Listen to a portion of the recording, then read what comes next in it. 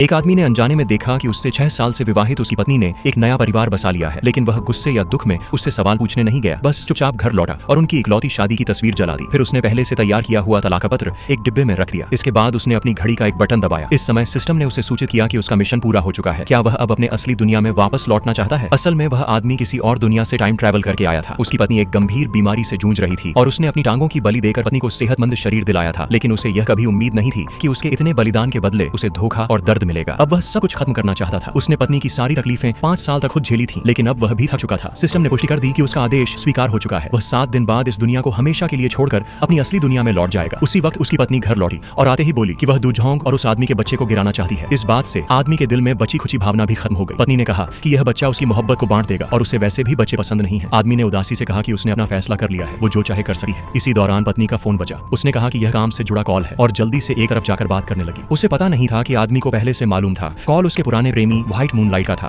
Phone पर पत्नी ने कहा कि वह उसके पूरे परिवार को थीम पार्क घुमाने ले जाना चाहती है। यह सुनकर आदमी का दिल पूरी तरह टूट गया। पत्नी को बच्चों से नहीं, सिर्फ अपने बच्चे से नफरत थी। अगले दिन वह एक मूविंग कंपनी लेकर आया और उसने पत्नी के साथ जुड़ी हर चीज को साफ कर दिया। ये देखकर नौकरानी भी डर गई, क्योंकि ये सब चीजें पत्नी के उस आदमी के लिए प्यार की निशानियां थी। नौकरानी ने उसे कई बार रोकने की कोशिश की, लेकिन आदमी शांत भाव से बस यही कहता रहा, उन्हें खेलने दो। अगर प्यार को बांटा जा सकता है तो वह ऐसा प्यार नहीं चाहता। इसी के साथ नौकरानी ने चुपचाप जाकर पत्नी को सारी बात बता दी। नेक्स्ट पार्ट देखने के लिए कमेंट करें।